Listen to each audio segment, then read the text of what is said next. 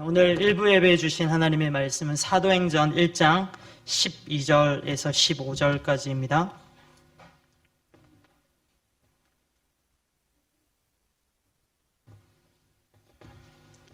사도행전 1장 12절에서 15절까지 저와 성도님들 한 목소리로 함께 읽겠습니다. 자, 시작. 제자들이 감람원이라 하는 산으로부터 예루살렘에 돌아오니 이 산은 예루살렘에서 가까워 안식일에 가기 알맞은 길이라. 들어가 그들이 유하는 다락방으로 올라가니 베드로, 요한, 야고보, 안드레와 빌립, 도마와 바돌로메, 마테와 및 알페오의 아들 야고보, 셀로신 시몬, 야고보의 아들 유다가 다 거기 있어 여자들과 예수의 어머니 마리아와 예수의 아우들과 더불어 마음을 같이하여 오로지 기도에 힘쓰더라. 모인 무리의 수가 약 120여 명이나 되더라. 그때 베드로가 그 형제들 가운데 일어서서 이르되 아멘. 오늘 이 말씀으로 기도하는 그 한 사람이 됩시다 라는 제목으로 하나님 말씀을 증거하겠습니다. 하나님이 찾으시는 그 한 사람이 됩시다 라는 제목으로 하나님 말씀 증거하겠습니다. 성도님들, 지난 주일이 부활절이었습니다. 성도님들 일주일 동안 어떻게 잘 지내셨습니까? 부활의 승리의 신앙 가지고 잘 지내셨습니까? 사실 우리는 지난 주일부터 시작해서 이 한 주 동안만을 부활의 신앙으로 살아가는 것이 아니라 우리에게 주어진 매일매일을 부활의 신앙 또 승리의 신앙으로 살아가야 될 줄 믿습니다. 오늘 이 시간 말씀을 들으시는 여러분들에게 성령의 은혜가 충만히 임하기를 기도합니다. 오늘 본문 말씀을 통해서 두 가지를 여러분들과 함께 나누고 싶습니다. 첫 번째인데요. 첫 번째는 교회는 은혜가 있는 곳이고 이 교회에서 받은 은혜는 세상으로 흘러가야 한다라는 것입니다. 오늘 본문 예수님께서 부활하시고 승천하신 뒤에 바로 이어지는 부분입니다. 본문 12절을 보면요, 두 개의 장소가 눈에 들어옵니다. 장소라는 관점을 가지시고 우리 함께 본문 12절을 읽어볼까요? 제자들이 감람원이라 하는 산으로부터 예루살렘에 돌아오니 이 산은 예루살렘에 가까워 안식일에 가기 알맞은 길이라. 두 장소가 어디입니까? 한 가지는 감람원이라고 하는 장소고요. 또 다른 장소는 예루살렘이라고 하는 장소이죠. 이 두 곳에 대해서 간단히나마 우리가 알고 또 앞으로 계속해서 말씀을 보면 좋겠는데요. 이 감람원이라고 하는 곳이 어떤 곳입니까? 올리브 산으로 유명하죠. 예수님께서 겟세마네 기도를 하셨던 그 곳으로도 유명합니다. 이 제자들은요, 이 감람원에서 예수님께서 승천하시는 것을 직접 목도했어요. 그리고 이 감람원이라고 하는 것은 방금까지도 부활하신 예수님이 제자들과 함께 있었던 곳이고요. 또 이 감람원이라고 하는 곳은 예수님의 공생의 기간 동안 제자들을 수도 없이 많이 데리고 다니시면서 그곳에서 기도하시면서 이 제자들과 함께 생활을 하셨던 곳입니다. 이 감람원은 제자들에게 있어서 한마디로 예수님과의 좋은 추억, 은혜가 넘치는 그런 곳이었습니다. 예수님에 대한 것들을 생각할 때 감람원에서 예수님께서 이런 말씀을 하셨지, 또 십자가에 못 박히시기 전에 올리브 이 동산에서 예수님께서 우리에게 이런 말씀들을 하셨지, 그러면서 이 감람원이라고 하는 것을 들을 때마다, 생각할 때마다 제자들 마음에는 예수님으로 충만한 그 기억들이 떠올랐던 곳입니다. 반면에 예루살렘은 어떤 곳입니까? 본문에 등장했던 실제 이 제자들에게 그 당시에 그들이 느꼈던 예루살렘은 어떤 곳이었을까요? 한마디로 부담스러운 곳이 아닐 수가 없습니다. 왜요? 방금 약 한 달 그 전에 예수님을 십자가에 못 박혀 죽이게 했던 그 장본인들, 그 예루살렘의 종교와 정치의 모든 실제 권력들을 가지고 있는 그 기득권들이 아직도 살아있는 곳, 아직도 여전히 활동하는 곳이 바로 이 예루살렘이었습니다. 로마 제국과 손을 잡고 돈으로 사람들을 매수하고 예수님을 따르는 사람들을 추적하고 핍박하고 있는 그들이 일하고 있는 곳, 그곳이 예루살렘이었습니다. 그러니까 오늘 이 본문에 나오는 제자들의 입장에서는 이 예루살렘은 참 부담스러운 곳이 아닐 수가 없습니다. 그런데요, 그러면서도 이 예루살렘은 성전이 있는 곳이고 이 이스라엘의 모든 경제와 정치와 문화와 생활이 이루어지는 가장 기본적인 곳이 아닙니까? 제자들을 비롯하여서 이스라엘 사람들에게 이 예루살렘은요, 그들의 삶의 또한 중심지와도 같습니다. 좋던 싫던 부담되던 부담되지 않던 그들이 실제로 살아가지 않으면 안 되는 그곳이 바로 이 예루살렘이라는 곳입니다. 저는 사도행전 12절 오늘 말씀 이 묵상을 하면서요, 이 두 장소 감람원과 예루살렘을 개인적으로 이렇게 한번 생각하고 묵상을 해 보았습니다. 첫 번째, 이 감람원은 제자들이 예수님과 충만히 은혜가 넘쳤던 곳이잖아요. 그래서 이 감람원은 은혜의 장소인 교회와도 같은 곳이다 라고 생각을 해 보았습니다. 그 이유가 이렇습니다. 우리가 예수님으로 인하여서 은혜 받는 곳, 우리의 삶의 모든 것이 예수님과 동행하면서 은혜 받는 곳이긴 하지만 특별히 우리 신앙의 중심이 되는 곳, 이곳은 교회라고 생각합니다. 우리는 교회에서 은혜 받았다라는 이야기를 많이 합니다. 언제입니까? 예배를 통해서 성도들이 또 함께 예배드리면서 은혜를 받죠. 또 성도들과의 교제를 통해서 은혜를 받습니다. 꼭 이 교제가 이 교회 건물에서만 와서 하는 것이 아니죠. 우리 교회 밖에서도 어느 곳에서든지 우리 교회 성도들이 같이 교제할 때 나누는 그 은혜이기도 합니다. 그리고 이런 나눔을 통해서 또 우리가 드리는 헌신을 통해서 이 교회에서 우리 그리스도인들은 큰 감동이 임하고 또 깨달음이 있고 또 결단이 있고 예수 그리스도로 살아가야겠다, 이런 생각이 드는 것입니다. 그런 의미에서 저는 이 감람원이 교회와도 같다고 생각을 합니다. 그리고 또 이 예루살렘은 우리의 삶의 현장이 아닐까 생각을 해 보았습니다. 왜요? 우리들이 살고 있는 이 세상이 어떤 곳입니까? 아까 제자들에게 이 예루살렘은 부담스러운 곳이라고 말씀을 드렸습니다. 실제로 우리가 살고 있는 이 삶은, 세상은요, 부담스러운 곳이 아닐 수가 없습니다. 그리스도인의 정체성을 가지고 이 세상에서 살아갈 때 많은 공식적인 비공식적인 그런 핍박들이 있지 않습니까? 그렇다고 우리가 살아가는 이 삶이, 세상은 또 우리들에게 어떤 곳입니까? 실제로 살아내야 되는 곳입니다. 정치와 경제와 문화와 교육과 생활들을 우리가 직접 해나가지 않으면 안 되는 그런 곳입니다.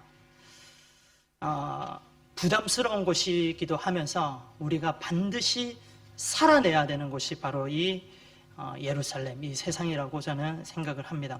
오늘 본문 12절을 보면서 공간의 이동이 눈에 들어왔습니다.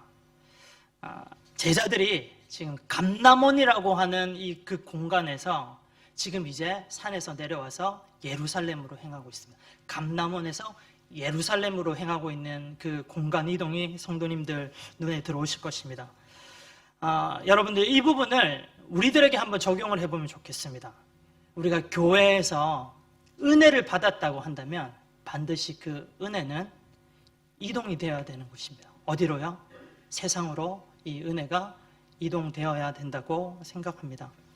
신앙생활을 하는 어떤 이들을 보면 이 교회와 세상에서의 삶이 다른 경우가 있어요. 교회에서는 거룩하고 은혜 받았다고 생각을 하는데 또 세상에 나오면 그 순간, 세상에 발을 디디는 그 순간 은혜 받았던 삶으로 살아가지 못하는 경우가 많이 있는 것 같습니다.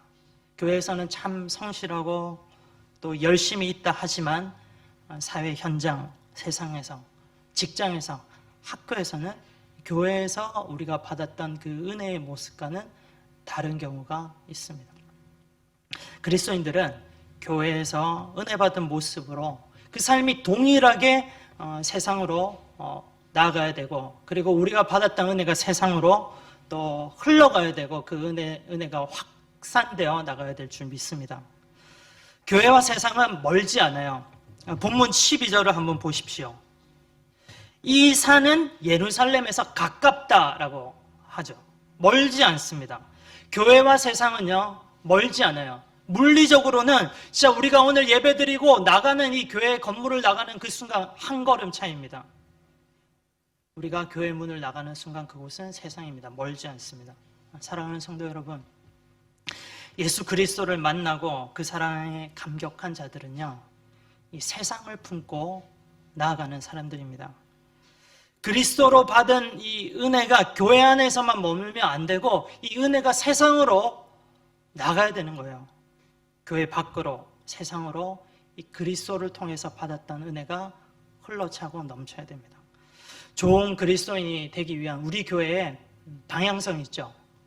Everyday 크리스천입니다. Everyday예요. 주일에만 크리스천이 아니라 월요일에서부터 금요일까지 모든 일, 매일매일이 우리가 실제로 살아가는 이 세상에서 우리는 그리스도인으로 살아가지 않으면 안 됩니다. 저와 여러분이 먼저는요, 우리 교회에서 우리 성도들과의 교제 가운데 하나님으로과의 교제 가운데 먼저 충만한 은혜를 받으시길 바랍니다. 그리고요, 그 받았던 은혜를 가지고 세상으로 나가시길 바랍니다. 세상으로 그 우리가 예수님께 받았던 그 은혜를 흘려내는 우리들이 되어야 될 줄 믿습니다. 우리가 받았던 은혜 스스로만 누리지 마세요. 이 은혜가 필요한 더 많은 사람들이 이 세상에는 있습니다. 그들에게 그리스도의 은혜를 더 풍성히 나누고 흘려보내는 복된 저와 여러분들 되기를 간절히 기도합니다. 오늘 말씀을 통해서 살펴보고 싶은 두 번째 포인트입니다. 기도의 힘을 쓰고 기도의 능력을 체험하자라는 것입니다. 이 본문 말씀을 보면요, 제자들과 이 예수님과 친했던 여인들의 기도하는 모습을 우리가 볼 수가 있습니다. 방금 첫 번째 포인트를 먼저 정리를 한번 해보면요, 은혜는 세상으로 흘러가야 된다고 했습니다. 특별히 교회에서 은혜 받고 세상으로 나가야 된다고 말씀을 드렸어요. 그런데 세상은 어떤 곳이라고요? 호락호락하지 않습니다. 부담스러운 곳이에요. 그리스도인으로서의 정체성을 가지고 살아가기에 이 세상은요, 굉장히 어려운 곳이고 힘든 곳입니다. 이 세상은 어김없이 우리들에게 또 핍박도 주고 고난도 주는 곳입니다. 그렇기 때문에 우리가 기도해야 됩니다. 기도해야 되는 이유가 여기에 있어요. 그리스도인이 세상에서 살아가기 위해서 왜 기도하지 않으면 안 됩니까? 세상은 그렇게 호락호락한 곳이 아닙니다. 우리 그리스도인들은 우리가 살아가고 있는 삶의 모든 현장에서 기도해야 되겠습니다. 오늘 본문 14절을 함께 읽어보면요, 기도하는 이야기가 나옵니다. 본문 14절을 함께 읽어보겠습니다. 시작. 여자들과 예수의 어머니 마리아와 예수의 아우들과 더불어 마음을 같이하여 오로지 기도에 힘쓰더라. 오로지 기도에 힘쓰더라 라고 하고 있습니다. 기도에 힘쓰더라 라고 하는 이 말이 헬라어로 이런 뜻이라고 합니다. 꽁꽁 동여매다. 힘쓰다라고 하는데 진짜 힘써서 꽁꽁 동여매는 그 뜻이에요. 세상을 살아가기 위해서 우리 그리스도인들은요, 기도로 우리들을 꽁꽁 동여매지 않으면 안 된다라는 그런 의미가 되겠습니다. 그리고 또 이 앞에 오로지라고 하는 부사가 있습니다. 붙어 있습니다. 무슨 말입니까? 다른 선택이 있는 것이 아닙니다. 오로지 기도의 끈으로 자신을 동여매지 않고는 살아갈 수 없는 곳이 바로 이 세상이에요. 기도는 세상을 살아가는 우리 그리스도인들에게 최우선이 되어야 되고 필수가 되어야 되며 또 간절함이 되어야 되겠습니다. 예전에 청년들과 교제하고 있으면 특전사 이야기를 많이 해요. 그 특전사, 군대 이야기를 하면 꼭 특전사 이야기를 하시는, 너무 프라이드가 있으신 거죠. 그러면서 그 이야기 가운데 낙하산을 메고 이렇게 떨어지는 그 이야기들을 종종 들었습니다. 헬기에 타기 전부터 한 달 전부터 막 긴장감이 든다고요. 일주일 전에는 막 가슴이 쿵쾅쿵쾅 하죠. 그리고 마지막 날, 그리고 타기 직전에는 정말로 심장이 터져버릴 것 같아요.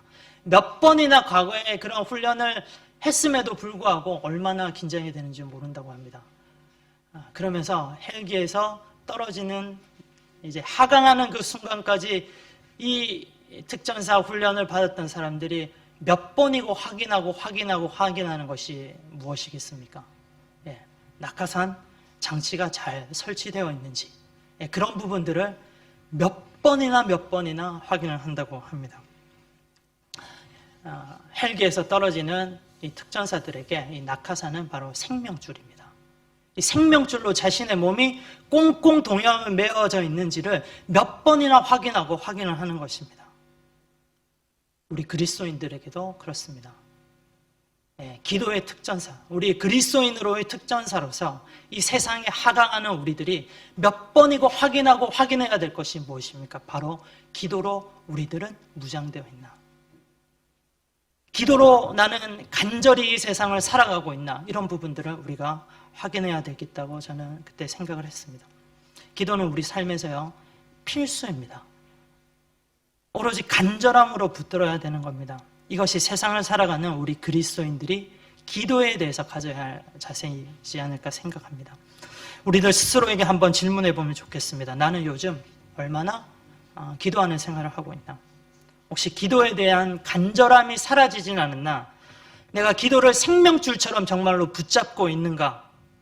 삶에는 부지런한데요, 맡겨진 일에는 열심을 내고 있는데 그만큼 나는 기도가 따라가는 삶을 살고 있나? 오늘 이 시간 한번 스스로에게 질문을 해보시면 좋겠습니다. 여러 가지 이유로 기도하는 것을 혹시 나는 타협하고 있지는 않은지, 다른 것보다 기도에 게을러 있는 우리들의 모습은 아는지 한번 생각해 보면 좋겠습니다. 하나님은요, 우리 그리스도인들에게, 자녀들에게 특별히 바라시는 게 있는데 우리들에게 기도하기를 바라십니다. 기도로 준비되어 있는 사람을 하나님은 하나님의 일에 사용을 하십니다. 오늘 본문 15절을 보시면 그 기도하러 모인 무리의 수가 120명이나 되었다라고 합니다. 예수님이 승천하실 때 그 감람산에서 그 승천의 현장을 목격한 사람들이 몇 명인지 아시나요? 고린도전서 15장 16절에 보면 약 500여 형제들에게 예수님이 승천하는 모습을 보여주셨다라고 합니다. 근데 이 부분을 가지고 많은 설교하시는 분들이 이렇게 말씀을 하세요. 그 500명이나 예수님의 승천하는 모습을 봤는데 왜 기도하는 곳에는 120명밖에 남아있지 않느냐? 안타깝다라고 이런 설교들을 많이 하십니다. 그렇지만 오늘 말씀을 잘 읽어보시면요, 120명밖에 기도하지 않았다라고 말씀하지 않습니다. 어떻게 기록되어 있습니까? 120명이나 되더라. 기도하는 사람이 120명이나 되었다. 예, 이 120명이나 되었던 사람들, 이 사람들은 나중에 성령의 충만함을 실제로 체험하고 이 온 세상에 하나님 나라의 확장을 하고 교회를 세우고 예수 그리스도의 죽음과 부활을 증거하는 그 일꾼들이 됩니다. 하나님은 이렇게 120명이나 되는 사람들을 작다라고, 적은 숫자라고 말씀하시지 않으십니다. 이곳에 120명이 아니라 기도의 간절함을 가지고 있는 사람 12명만 있었어도 성경에는 12명이나 되었더라. 아니요, 한 명만 되었어도 그 한 명이 되었더라. 이렇게 말씀하실 것 같아요. 하나님 마음이라고 생각합니다. 중요한 것은 기도에 불붙어 있는 한 사람이 있나 하는 부분입니다. 하나님은 기도에 불붙어 있는 120명을 통해서 하나님의 일을, 이 교회를 세우는 일을 감당해 나가십니다. 16세기의 스코틀랜드 종교 개혁자 중에 존 낙스라고 하는 사람이 있습니다. 이 사람 성경이 중요하다, 기도가 중요하다 강조하면서 이 종교 개혁을 단행했었던 유명한 인물입니다.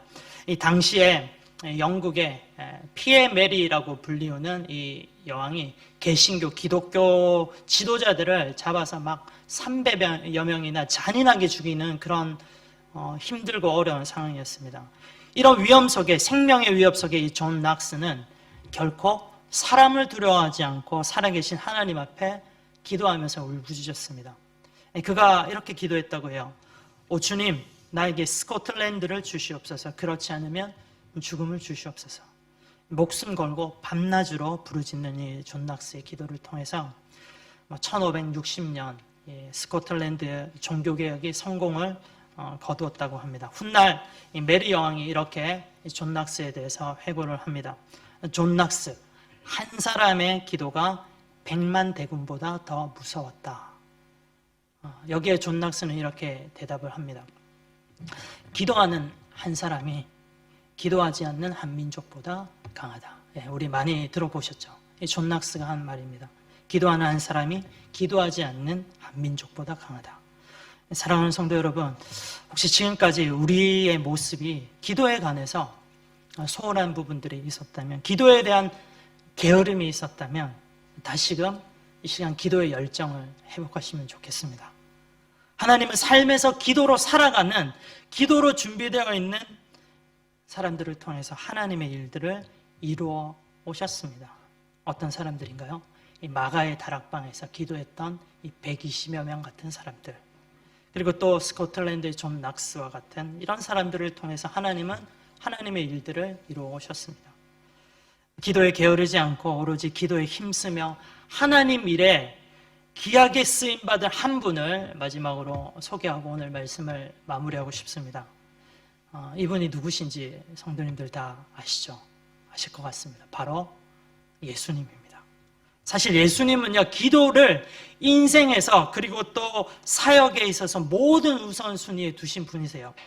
공생애를 시작하기 전에도 예수님은 기도에 집중하셨고, 또 제자들을 선택하시기도 전에도 그 전날 철회하시면서 기도하셨고요. 그리고 또 힘든 사역들을 감당하고 피곤하심에도 불구하고 그 이른 시간에 일어나서 따로 장소를 정하셔서 그곳에서 조용하게 기도로 사역들을 준비하셨던 분이십니다. 늘 예수님은 기도하셨어요. 예수님이 누구십니까? 하나님의 아들이시잖아요. 그러면서 또 예수님은 하나님 자신이시잖아요. 이분이 이런 면에서 생각할 때 기도하시지 않아도 되는 분이 아니십니까? 그런데요, 이상한데요, 예수님은요 오히려 더 기도를 하지 않으시기는커녕 누구보다 기도에 열심을 내시고 기도에 힘을 쏟으신 분이세요. 오늘 본문의 배경이 되는 감람원이라고 하는 이곳, 우리가 잘 알고 있는 감람원 올리브 산 가운데 겟세마네라고 하는 동산이 있습니다. 감람원 하면 겟세마네 동산이 생각납니다. 겟세마네 하면 예수님과 제자들의 좋은 추억이 있었던 곳, 특별히 기도에 좋은 추억이 있었던 곳입니다. 예수님은 기도하는 습관을 가지고 계셨는데 이 겟세마네에 가셔서 항상 기도하셨다고 해요. 겟세마네 하면 또 자연스럽게 생각나는 기도가 있죠. 예수님 십자가 지시기 전에 하셨던 그 기도입니다. 간절히 기도하셨던 예수님, 땀방울이 핏방울 될 정도로 간절히 기도하셨던 예수님, 내 원대로가 아니라 하나님 원대로 되기를 원합니다. 하나님 나라와 의를 위해서 기도하셨던 예수님, 이 예수님은, 이렇게 간절히 기도하셨던 예수님은 하나님의 일에 귀하게 쓰임받습니다. 어떻게요? 우리의 모든 인류의 모든 죄를 다 지시고 구속하시면서 우리에게 영원한 생명의 길을 주시는 그 하나님의 놀라운 그 계획의 일에 쓰임받으시죠. 그리고 이 예수님은요, 지금도 부활하시고 승천하셔서 하늘 보좌에 앉아 계시면서 우리를 위해서 중보하고 계시는 분이 예수님입니다. 예수님보다 더 기도에 전념하시고 기도를 소중하게 생각하시고 기도를 많이 하고 계시는 분은 이 세상에 그 어느 누구도 없습니다. 사랑하는 여러분, 우리도요 이 예수님을 본받고 닮아서 따라서 기도하는 우리들이 되면 좋겠습니다. 이 강단에서 설교하는 제가 목사이기 때문에 여러분들에게 이렇게 기도하는 삶을 삽시다 라고 이렇게 생각하시나요? 그렇지 않습니다. 여러분, 사실 오늘 말씀을 준비하기 위해서 저도 기도를 했습니다. 기도할 때 제 자신이 너무 부끄러웠습니다. 저는 이렇게 말씀드리면 너무 죄송합니다. 실제로 죄송해요. 기도를 참 안 하는 교육자인 것 같아요. 기도에 제 게으른 제 자신이 참 부끄러울 때가 많이 있습니다. 성도님들에게는 이렇게 인사해요. 웃으면서 나이스하게 이렇게 인사합니다. 누구누구 성도님 위해서 기도하겠습니다. 이렇게 말은 하지만 실제로 기도하지 않았던 데가 훨씬 더 많은 것 같아요. 그런 부분들까지도 하나님 다 제 마음을 찌르시고 회개케 하십니다. 그러니까 저도 기도 못하는 사람이에요. 성도님들 오늘 말씀 들으면서 너무 자책하시지 마십시오. 마음 가운데 기도해야 되겠구나, 다시 내가 기도의 불을 지펴야 되겠구나, 이런 마음을 성령님이 주시면 좋겠습니다. 지금부터 다시금 저를 비롯하여서 성도님들이 기도하는 하나님의 복된 자녀들이 되기를 바랍니다. 얼마 전에 중고등부 교사들과 함께 성경 공부를 하면서 이 김남준 목사님의 제 교사 리바이벌에 이런 글을 읽었는데 그 글귀가 계속 제 마음에 남았습니다. 이 그리스도인을 공격하는 것에 대항하는 세 가지 무기가 있다고 합니다. 첫 번째는 진리의 말씀. 우리 그리스도인들을 공격할 때 우리가 대항하는 그 무기가 첫 번째가 진리의 이 말씀입니다. 그리고 두 번째가 능력 있는 기도. 그리고 세 번째가 뜨거운 사랑이라고 합니다. 우리 그리스도인들이 그리스도인의 정체성을 가지고 살아갈 때 필요한 세 가지. 진리의 말씀, 능력 있는 기도, 뜨거운 사랑. 그런데 이 세 가지 중에 제 마음 가운데 계속해서 남았던 것은 능력 있는 기도라고 하는 이 글귀가 계속해서 남았어요. 그래서 오늘 말씀을 사실 준비한 것도 바로 그 능력 있는 기도를 회복하고 싶다. 부활 이후에 이 제자들이 바로 했었던 거, 예수님의 부활 이후에 바로 제자들이 했었던 그 일, 능력 있는 그 기도를 체험했었던 이 모습이 떠올랐던 거예요. 사랑하는 성도 여러분, 우리 함께 예수님을 닮아서 기도에 힘을 쓰고 기도의 능력을 체험하면 좋겠습니다. 하나님은 그 한 사람 기도자를 통해서 하나님의 일을 진행하십니다. 하나님의 나라를 위해서, 의를 위해서 특별히 기도하는 우리들이 되면 좋겠습니다. 우리의 일생에 무엇보다 뜨거운 기도의 삶을 살고 기도의 능력을 체험하는 은혜가 있기를 간절히 기도합니다. 기도하겠습니다. 사랑과 은혜가 충만하신 하나님 아버지, 우리가 받은 은혜를 늘 세상으로 흘려보내는 자 되게 해 주시옵소서. 예수님 닮아서 기도에 힘쓰고 기도의 능력을 체험하게 해 주시옵소서. 특별히 하나님 나라의 의와 또 하나님께서 원하시는 그 한 사람 되기 위하여서 우리가 늘 기도하고 그 기도의 능력을 체험하게 해 주시옵소서. 주님께서 주실 은혜를 기대하며 감사하며 예수 그리스도 이름으로 기도합니다. 아멘.